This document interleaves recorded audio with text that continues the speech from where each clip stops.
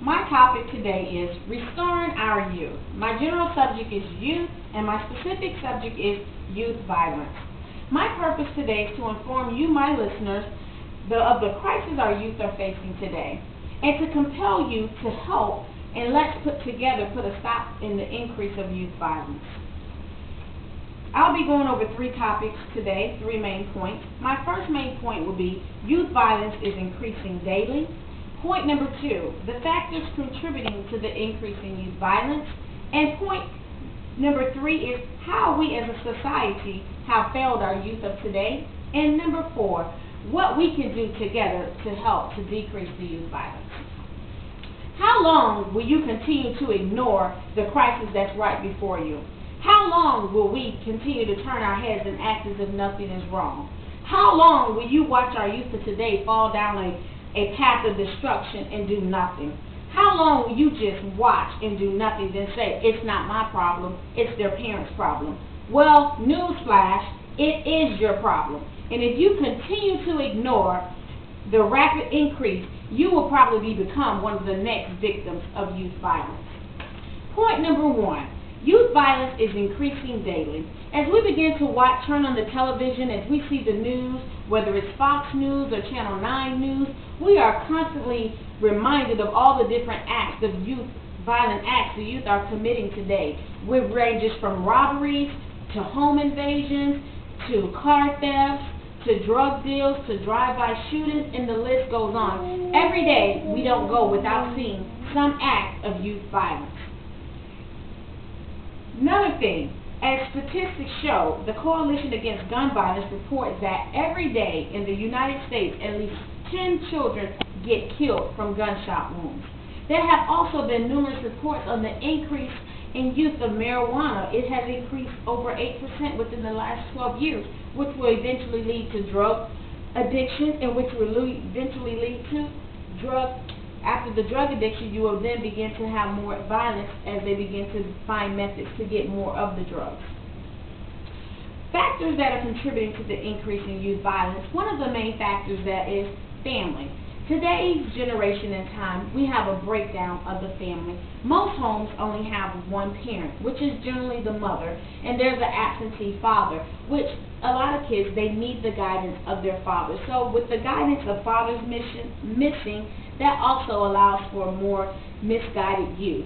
A lot of the single parents, they're working 2 and 3 jobs just to be able to provide for their children. So a lot of times during the day, children are unsupervised, which allows them the opportunity to get into more trouble.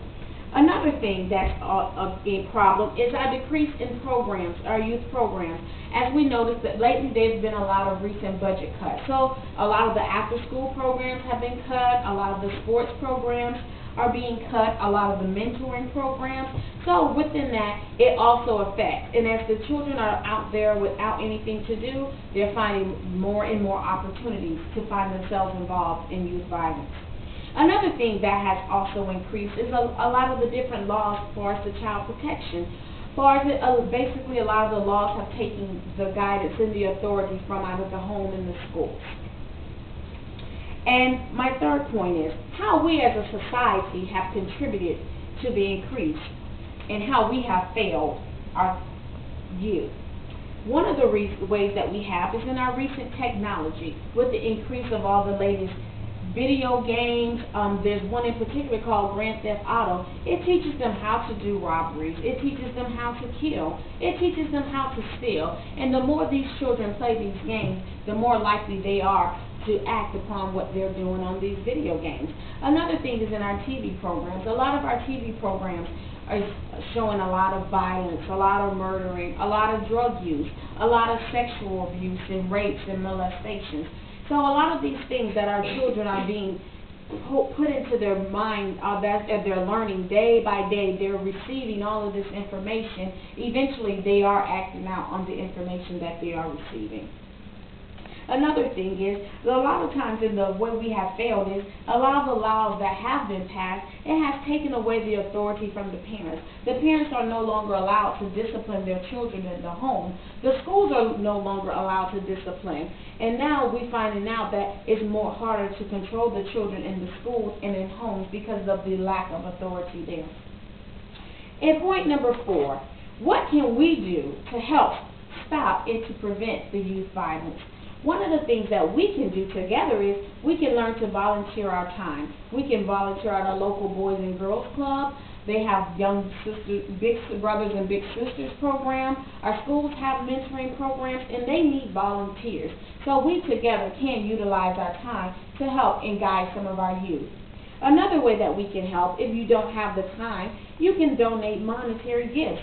Money is always a good source to be able to help fund these after-school programs and mentoring programs for our youth. And another way that we can get involved with our local politics and begin to petition our state representatives to help them to force them to bring more money into our neighborhoods for these programs, and to help them to enforce stricter laws and stricter censorship for these television programs that our youth are facing today. In closing, I would like to share a story with you that was told to me by a dear friend of mine.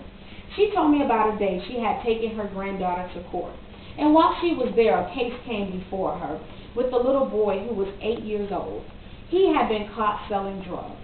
And when the judge asked him why was he selling drugs, the little boy replied that he was selling drugs because he was trying to get some milk for his little sisters and brothers, because his mom was still high from the night before.